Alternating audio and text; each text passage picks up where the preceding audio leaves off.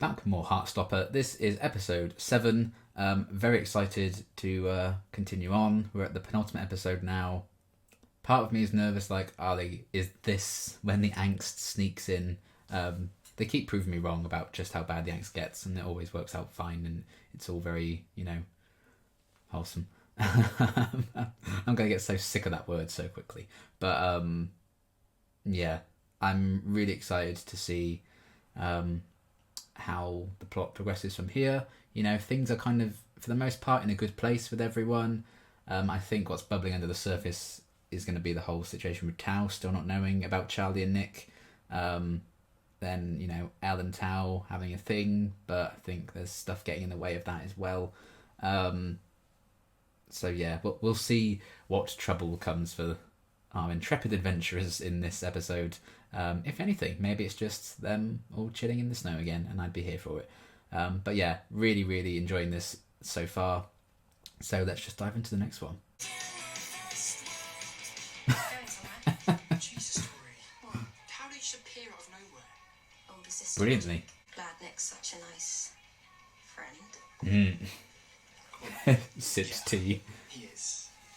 He's got so many shoes. I own 2 pairs of shoes. I'm happy for you. You've liked him for ages. Thanks. Well done, though. Your crush on him was super embarrassing. Go away. We're not boyfriends.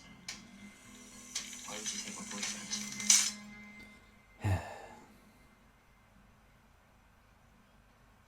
Oh, that's not going to happen again.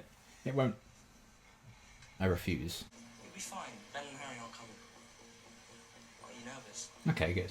Alright, look, Nick and his best mate. Why can't any of you ever bring a girl with you? Let's get popcorn. Do you bring a girl with you, Harry? Char. Are you okay? Char. Wow, that just slipped out. Oh my god, say it again. Go on. No. I like it. It's cute. Well, good. No, I'm never calling. Because I just thought of the fish, so.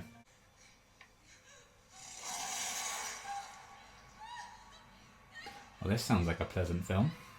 You're a dog. Aww.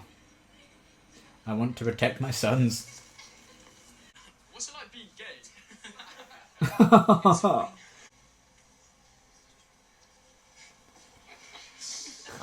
First class arsehole. Harry was being a complete idiot and some of the others were being really unfriendly and...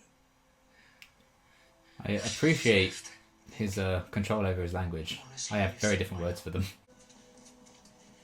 Oh, here we fucking go. I saw you holding hands with him in the cinema. Good for you. As if anyone would ever want to go out with someone as desperate as you. Don't make me climb in there, Ben. You did? Are you joking? You actually thought I liked you. I'm not even gay, I just felt really sorry for you. Sure. Charlie, ready to go? Oh, here we go. Go on then. What's your problem with Charlie? Someone really needs to learn to take a joke. No, but you weren't joking though, were you? You just saw the perfect opportunity to make someone feel miserable and humiliated, as usual. This is a pathetic little fat. Oh, you fucking dick. Oh my god, I'd fucking kill him. I would go to jail and I'd be happy about it. Oh, dog. Nasty stuff about Charlie. I'm just so angry at myself for not seeing that all of my friends suck. Sweetheart, fighting's not the answer. Charlie's a really special friend, isn't he?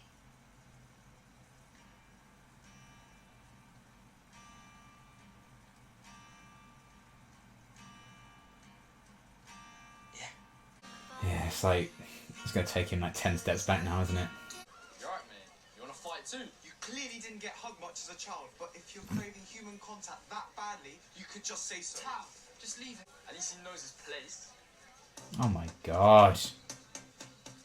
Urgh. Aggravating. Aggravating. I'm aggravated. I promise. I'm used to people saying stuff about me, but you shouldn't have to be. Yeah, exactly. People shouldn't be saying stuff about you in the first place. You shouldn't have to put up with anything like that. I don't expect you to dump your friends for me. We're not friends. Some other Romeos are nice. Even they just stood there. Aww. I hate that it feels like he has to come back here again to be safe. I just made things worse. Sorry. I feel like I'm always offloading my problems onto you. I mean, I did the same thing to you in my last term at Trim, so it's basically payback. Is there something actually going on between Nick and Charlie? It's not.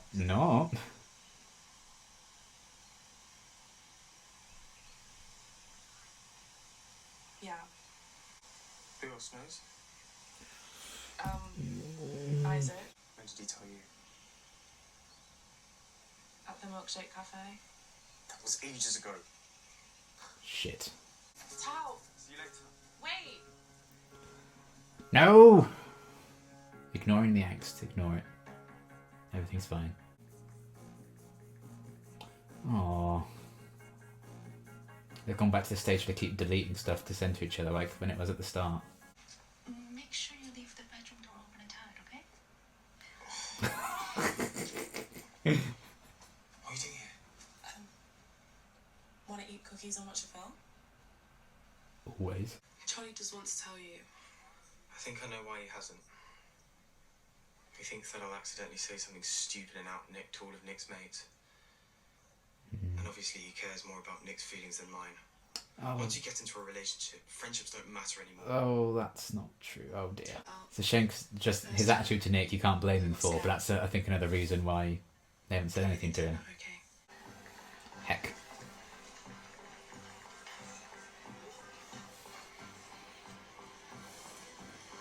Oh boy. Don't. Well. Impulsive. Alright, me? Not in the mood for that fight then? Give it back now! Can't we get it? Wait, lads, look at it. Yes. I mean, I shouldn't condone violence, but ugh. Hate you! Oh shit. You're gonna regret that! Fuck. The fight with Harry was my fault. It wasn't. It It was was. Harry's fault.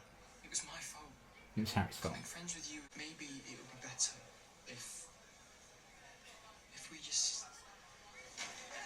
Come on, apparently Harry Green's fighting somebody at 10 by the picnic table. See, the common denominator now in these fights is Harry. Oh god, I do not miss school at all. No! Oh, fuck. This is all your fault. Just leave me alone. It's not. Everyone just shut up and make snow angels. I know there's no snow, but it's no excuse. Oh, that's the end. No angsty endings. No. Okay, well, it had to happen, didn't it? We had to get a very angsty episode at some point, and it ended on not so good notes. But the next one is the finale, so surely it would all be okay in the next one. That's what I choose to believe, and I will be in denial until that moment. But yeah, another great episode again. Even if it was exploring the true angst of everything. You know, I've thought the Tao stuff was obviously building up to something, and you know, Harry's kind of been a constant irritating presence throughout, so it's not really a surprise that there's going to be a big kind of crux to that thing as well, and it all kind of quite literally collided in this one, because Harry and Tao even had a big fight. It's just, what a mess. You know, there are always people like Harry in the world. You know, they're dickheads. I was very lucky in school to have found a middle ground. I was bullied a bit, not, you know, I think other people had it worse than me. I somehow managed to just get by. I was never popular by any stretch of the imagination, but I was never particularly unpopular as well. Like all the super popular people, all the big bullies and stuff, you know, I think they kind of liked me enough to not bother. Or maybe there were easier targets out there, I don't know, which is, you know, a horrible thought really, because, you know, I'd rather it be me than someone else getting hassled, but yeah, it still doesn't take away how aggravating it is to see on the screen. It's just one of those characters, isn't it? Like, oh my god, you just want to thump them. And you shouldn't condone violence. I know violence isn't the answer. Olivia Colman is correct, but God, it's satisfying to see him get his what for. But you know, at the end of the day, he was the one who got in both of the big fights of the episode. So, just saying, that's the focus here. But yeah, there's always going to be someone who's just, you know, living in the dark ages and very, very insecure about themselves, I think, in the fact that they need to make others feel tiny. So yeah, I think it says a lot that, you know, they've established that Harry's very rich, but he clearly doesn't have a rich personal and social life, that's for goddamn sure, because he feels the need to belittle everyone every chance he gets, or anyone who doesn't agree with him. And yeah, it's just... It's nice to see, you know, Tal stand up for himself for a bit, and to see Nick stand up for Charlie as well, and by extension himself. Not that, you know, Harry's aware of that side of things. But yeah, I also like that Nick highlighted it was also all the other friends who didn't do anything, you know. They weren't the ones, like, saying all the stuff, but they were just standing by and, like, letting it happen or laughing along. And sometimes, you know, that's why Harry keeps doing what he's doing, because people laugh at him. So, you know, if there was a time where that stopped, you know, all of Harry's power just dissipates. You know, he has nothing then. But, you know, sometimes the bystanders and people who let it happen can be, you know, just as crucial to things being awful for people. I mean, I like that they highlighted that, and I like that Nick got very frustrated with that and was like, you know, I'm done with them. So alongside with that, of course, now Charlie's on the brink of kind of breaking things off just because it will make Nick's life potentially easier. But Nick's already got to the point where he's like, I don't want to be friends with them, you know? So that would just leave them all kind of lonely. And, you know, the Tao situation, you know, he's very impulsive, as we've seen. And I'm sure he didn't, you know, when he was like texting, like, we're not barely friends anymore anyway, and all of that, and saying, oh, it's all your fault, Charlie, when it's clearly not. And I you know, he knows that, but his feelings are hurt, and I knew he'd, you know, be upset to find out he was like the last to know about Charlie and Nick actually being a thing.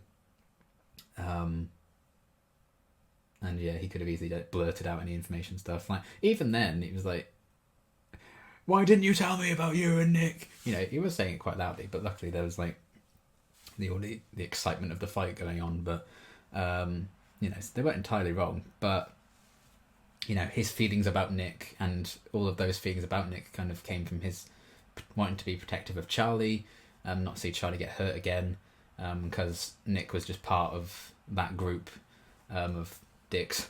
You know, Tao can associate them all being horrible people.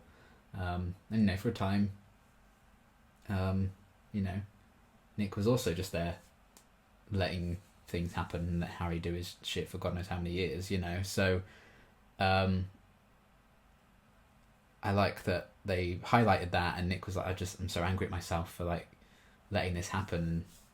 You know, he's kind of realised his own role in things like that, and especially now that he's kind of figuring things out and questioning things about himself, it makes sense that he's really investigating his past actions as well. So I like that he's holding himself accountable in a way I think Harry is too little of a man to ever actually do.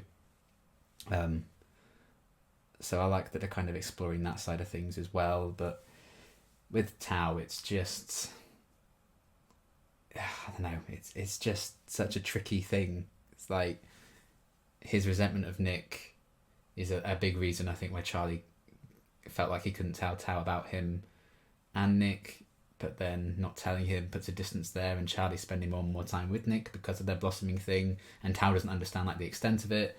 And we saw, you know, how he feels about relationships over friendships anyway. You know, he cares so much about his friends, maybe, you know, too much in a twisted way, that it almost feels like, you know, others can't have relationships, and that's kind of soured his opinion on them a bit. And that's obviously a big barricade between him and Elle potentially becoming a thing as well, and why she's so reluctant to tell him how she feels, while he'll probably always be reluctant to tell her how he feels as well, because he just doesn't like change. And I completely vibe with that. I completely understand that. I hate change as well. And, you know, there was a few moments in this when Tao was saying stuff like that, and I was like, I completely get it. So, you know, I feel like there's no one absolute person that you can blame, I think, for any particular things that have gone down, except for Harry. Because, the Ben situation's also, he's not a nice person. And again, that's just coming from him being very insecure about himself and his sexuality and stuff. So that's why he's kind of taking it out on people, and taking it out on Charlie in particular, being like, "Oh, I didn't even like you anyway," blah blah blah. It's, he's just so insecure like that, and he's just not ready to be out yet. He could behave in a much better way in response to that, but at least there's some kind of motivation there, that we can kind of actually see. And we're like, okay, well, he's struggling with himself, and he's angry at himself, and taking it out on people like Charlie and stuff because of his insecurities. Doesn't excuse it, because he's still a dickhead and I hate him.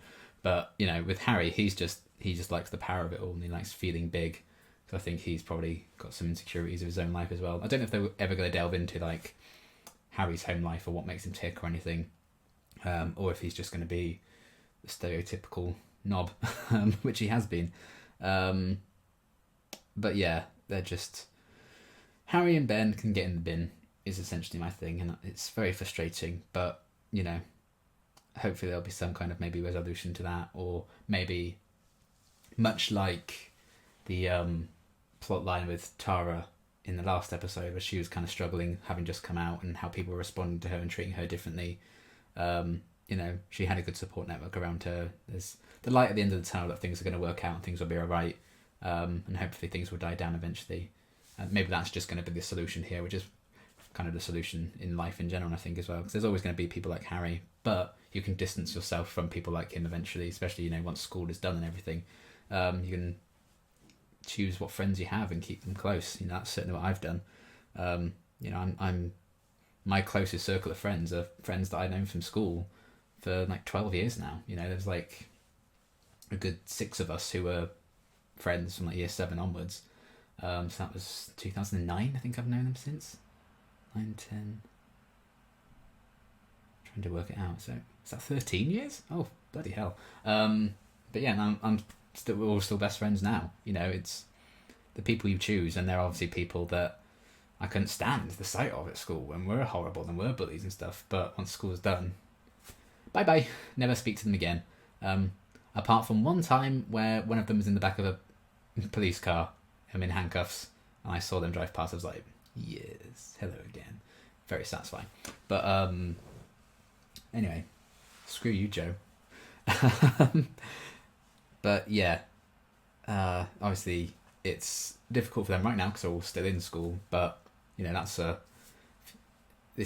to power through up to that point. So maybe that's just going to be the solution to the problems and stuff. But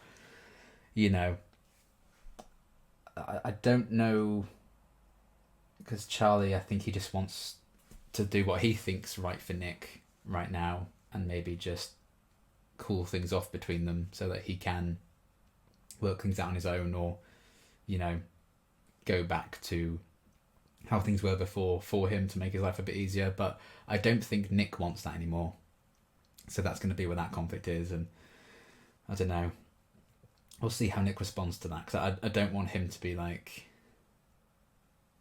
oh well, I guess I just have to come out now, even though I'm not really ready to like label myself or anything. You don't want that for him, just so he can like be with Charlie and everything. But I don't know, we'll have to see where it goes with it.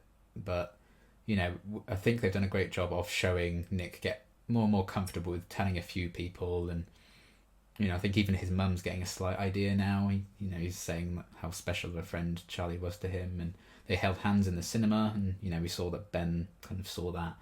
I think the stages are there for maybe Nick's going to be in a better place to kind of just be open and honest with people about himself soon. Maybe the next one. Maybe that's something for the future. I don't know where things are going to leave it, but I am hoping we get a wholesome episode next and they end up fine and together, because we know how Netflix can be with their shows. So yeah, I want wholesome vibes again the next episode, please. But yeah, whole situation still. But alongside that, I did enjoy the stuff with Tao and Elle and their little brief interactions. I love Tao's mum, like clearly shipping them, hilarious. and yeah, them still kind of having that little connection, but just when they get a bit close, Tao them's like, oh, but friendship is the most important thing of all. And of course it's important. But yeah, it's just a shame that I don't think Tao sees yet that relationships and friendships can coexist. It's probably a lot easier to balance it once you've maybe experienced it yourself, or you're out in the real world again after school. I don't know. I don't know what Tao needs to kind of learn just yet. So I can't entirely blame him for a lot of how he's responded and how he's been, and him being upset and stuff, because it makes perfect sense.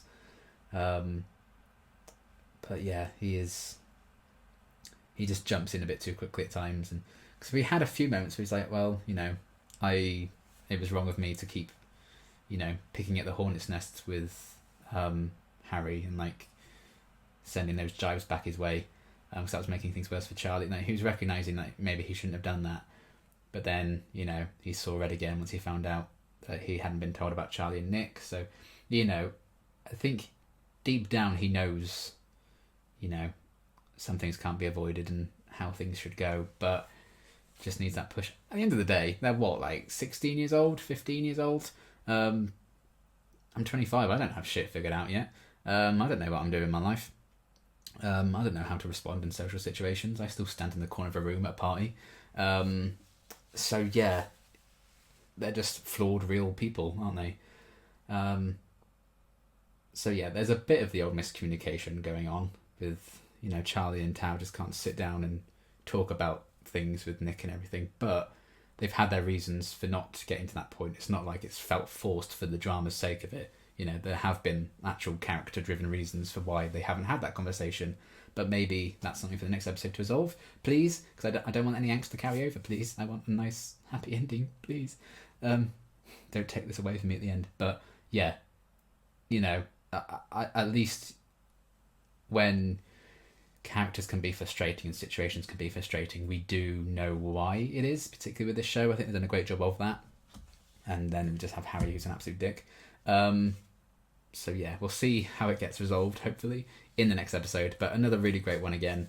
And I am very excited to see how they wrap up this kind of, hopefully, first season and not only season, because I think the show absolutely deserves to get renewed. Hopefully it does.